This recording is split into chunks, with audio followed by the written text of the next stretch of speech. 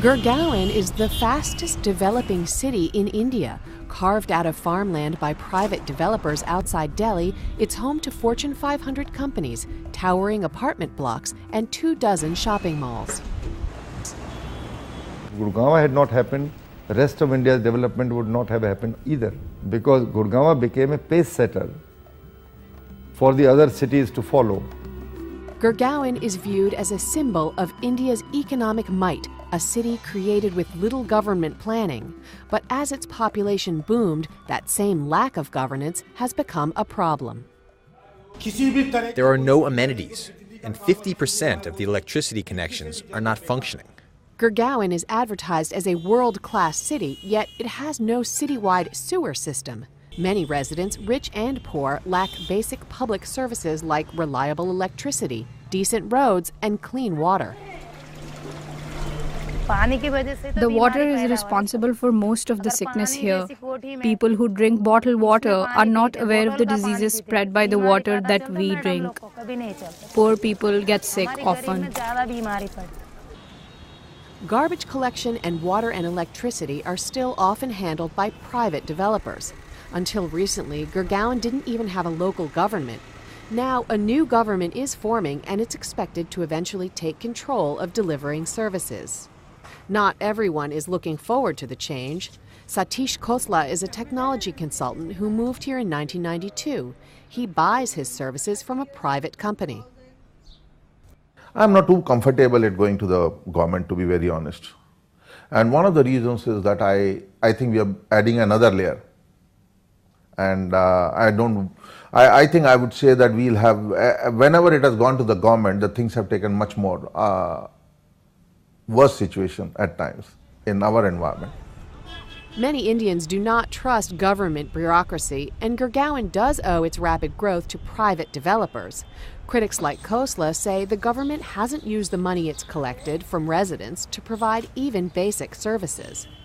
It's a huge sum. Where is that money gone? I haven't heard of that.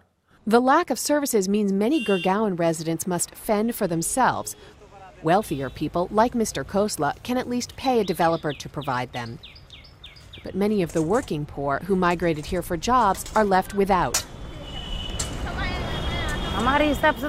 We are poor. What can we do? If we go to the slumlord and ask for clean water, he would just ask us to leave. Saira Bano Idris works for a well-to-do family but lives in this shanty neighborhood. I came to Gurgaon because of problems back home. If life was easier at home, I wouldn't be here. While residents like Idris badly need services, the private developer, real estate mogul Kushal Pal Singh, whose company built Gurgaon, says it's naive to think the government will be able to do the job. My feeling is, it's too big a job. There are competent set of people in Haryana Urban Development Authority is called. But if you give too much to a person to chew, to eat, and he can't chew even too much food, he will get indigestion. At a public meeting, residents of Badshapur, a village absorbed into Gurgaon, complained to the city commissioner that more isn't being done. We Badshapur residents request that you take another look at the problems we face, such as the sewage system, drainage, and clogged water. It's not as if by complaining or shouting here, you'll find that everything is fine. That's not how it works. Things will only work when you have a concrete action plan. Sudhir Rajpal was appointed the head of the municipal corporation a few months ago. The fact is that the demand is increasing very rapidly, and all of us, government agencies, public agencies, are trying their best to make sure that the supply also increases and increases at a pace which is able to meet the increase in demand. But while Rajpal urges patience, Idris says hers has run out.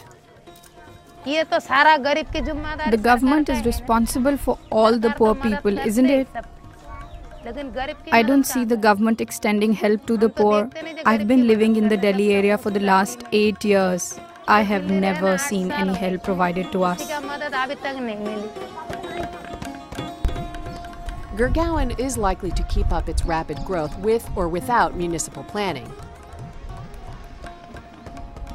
The challenge is whether local government can make it a more livable city for all residents.